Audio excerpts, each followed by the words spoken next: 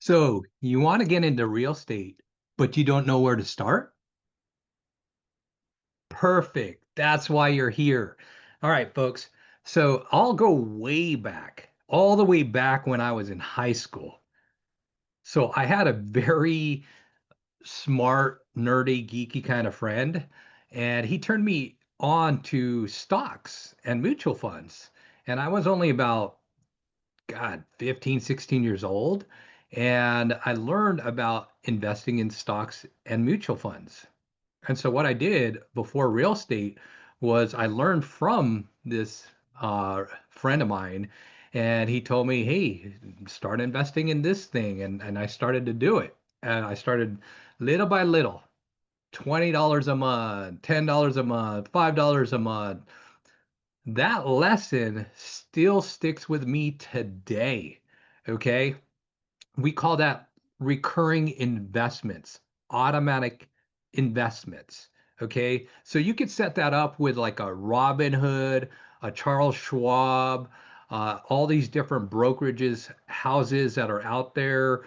There's even really cool apps. I happen to like Robinhood myself right now. I still invest in stocks. I still invest in mutual funds. I favor real estate more though. Okay. And typically when people ask me, uh, what do you invest in? I believe you should have a balance of 80% or 70% in real estate. Okay, I could make a whole new video on that one.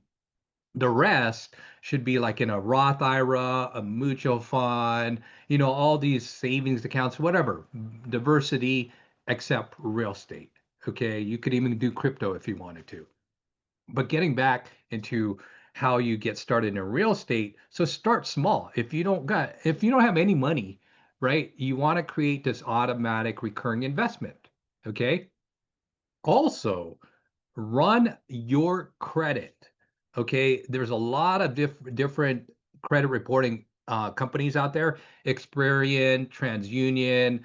Um, Go out there, run your free credit. Okay, you get, I think, one per year. And so you get to check out where you stand.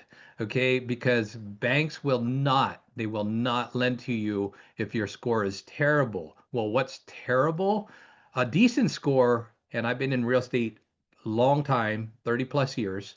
A decent score is in the 700s and 800s. Okay.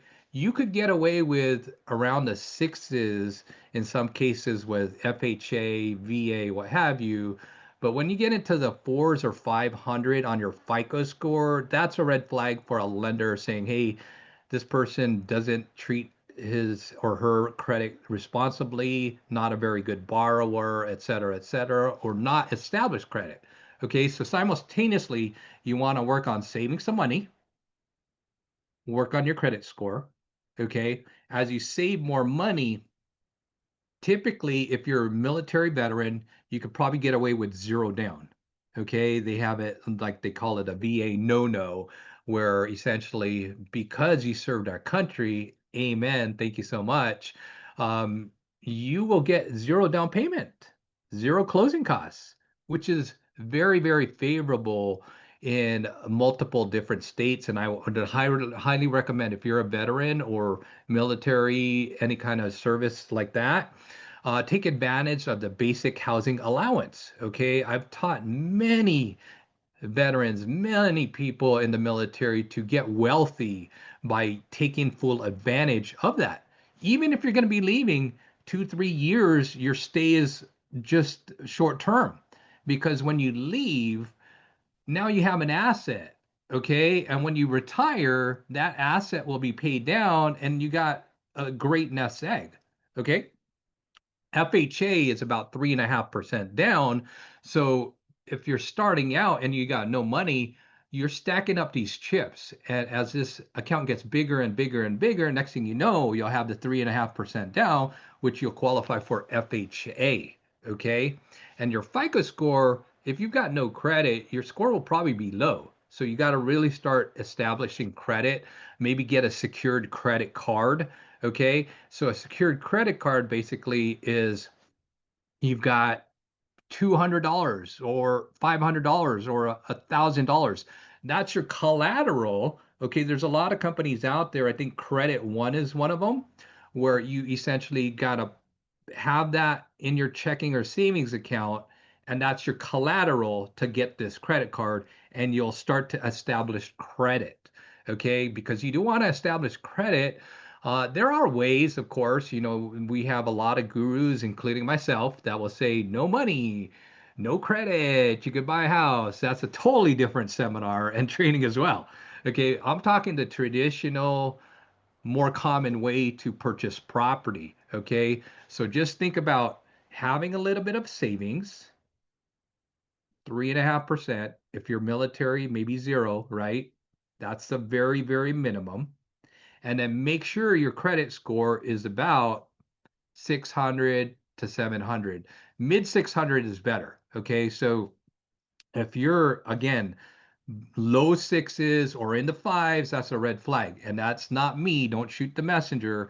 That's the banks. Okay. So they have this kind of scoring system which says, okay, how long has this person have had credit? Is this his or her payments on time? How big, how much credit does this person have? A car will help you establish credit if it's in your name. Yeah, secured credit card, like I said, could help you establish credit too. I established my credit bittersweet news in college. Okay, so I was early, my gosh, 18 maybe, 18, 19 at San Diego State. And they're showing off these, hey, get a free Aztec t-shirt and get your credit card. Okay, so I was, naive and I bought into it and I got my free shirt, go Aztecs.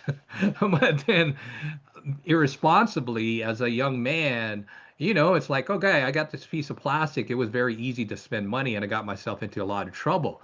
And so be careful when you're doing that because they are judging you. Lenders are judging you, banks are judging you, creditors are judging you, and it'll work in your favor to have great credit. To have bad credit will actually cost you on higher interest rates, higher payments, and lower chance of qualifying for anything.